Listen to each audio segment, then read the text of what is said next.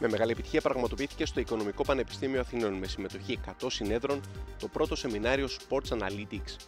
Κύριος ομιλητής ήταν ο καθηγητής Στεφάν Κεσέν, διεθνούς κύρους οικονομολόγος του αθλητικού, που ανέπτυξε αρκετά θέματα που σχετίζονται με τον αθλητισμό, όπως και ο ομοσπονδιακός προπονητής βόλεϊ Σωτήρης Δρίκος. Μιλάει κυρίως για τα οικονομικά των σπορ, τα econometrics, που έχουν να κάνουν πολύ με το πόσες ομάδες πρέπει να συμμετέχουν σε ένα πρωτάθλημα, το σύστημα των μεταγραφών και πώς όλα αυτά μπορούν να γίνουν αποδοτικά για τις ομάδες, τον αθλητισμό αλλά και την κοινωνία.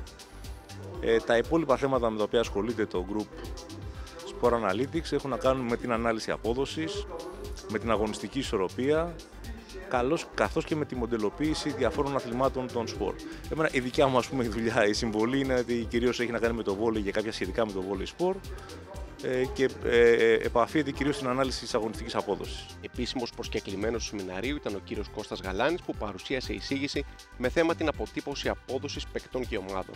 Τις εισηγήσεις του σεμιναρίου παρακολούθησαν στελέχη του ΟΠΑΠ, της ΚΑΕ Παναθηναϊκός καθώς και εταιριών που ασχολούνται με την ανάλυση δεδομένων.